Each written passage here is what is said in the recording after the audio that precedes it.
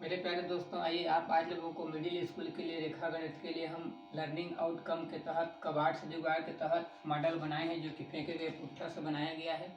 ये पुट्ठा में इस तरह से हम ड्राइंग से चिपका दिए हैं और मिडिल स्कूल के कक्षा 6, कक्षा 7 एवं कक्षा 8 के रेखा गणित के वृत्त, चाप, जीवा, परिधि, दंड, आलेख, बहुभुज, समांतर रेखा, समांतर कोण, अंतर्गत कोण, बाह्य कोण, बहुभुज कोण, समबाहुभुज, ये सारे रेखा गणितीय तथ्यों को शिक्षकों को हम बिना पुस्तक के बच्चों को पढ़ाते हैं। लीजिए, ये आप लोगों के सामने वृत्त बनी हुई है। ये वृत्त तो हम जानते हैं कि 360 अंश का कोण बना रहता है पूरा। इसमें 10-10 अंश के कोण में हम एक एक कील लगा दिए हैं। ये सारे जो कील हैं 10-10 अंश को बिलोंग करते हैं। इसमें आ जाइए, यदि हम इस कील से लेकर के इस कील तक यदि रस्सी के द्वारा हम यहाँ पर ले जाते हैं तो इसको हम कहते हैं वृत्त का व्यास। वृत्त के व्यास को यदि हम यहाँ से केंद्र से मोड़ करके आधा कर दें तो इतना को हम आधा व्यास अर्थात त्रिज्या कहते हैं।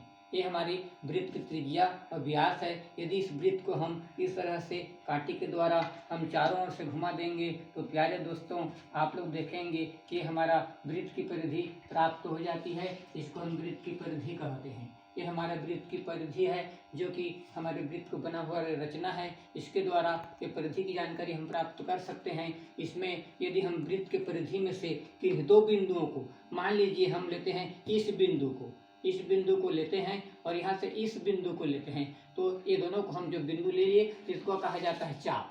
ये लघु चाप कहलाता है और इन्हीं दोनों बिंदुओं से ये दीर्घ चाप कहलाता है। यदि हम इसको अर्धवृत्त बनाना चाहते हैं तो ये लिख लीजिए, ये देखिए ये व्यास है। व्यास हम वृत्त को बांटते हैं तो बराबर दो हिस्सों में बढ़ जाता है। ये अर्धवृत्त कहलाता है, ये अर्धवृत्त कहलाता है। अर्धवृत्त में यदि हम यहाँ पर एक कोण कोई भी बिंदु से इस तरह से लेकर के यहाँ तक ले आएंगे तो यहाँ पर हमको एक कोण बन रहा है। यदि कोई हमारा विद्यार्थी कहता है कि सर जी हम इसमें कोण बनाएंगे और यहाँ से ऐसा बनाएंगे, ऐसा कहेगा तो यहाँ पर एक कोण बन रहा है। तो आप लोगों को पढ़ें, आप जान रहे हैं कि अर्धवृत्त में जो भी कोण बनते हैं यहाँ कहीं भी बना सकते हैं। अर्धवृत्त का कोण समकोण होता है अर्थात 90 अंश का कोण होता है। इसमें आप लोगों को मैं बताना चाहता हूँ कि कोण के बारे में जो हम जानकारी प्राप्त करते हैं हमारे कक्षा 6वीं की लर्निंग आउटकम 611, 612 एवं 617 में है।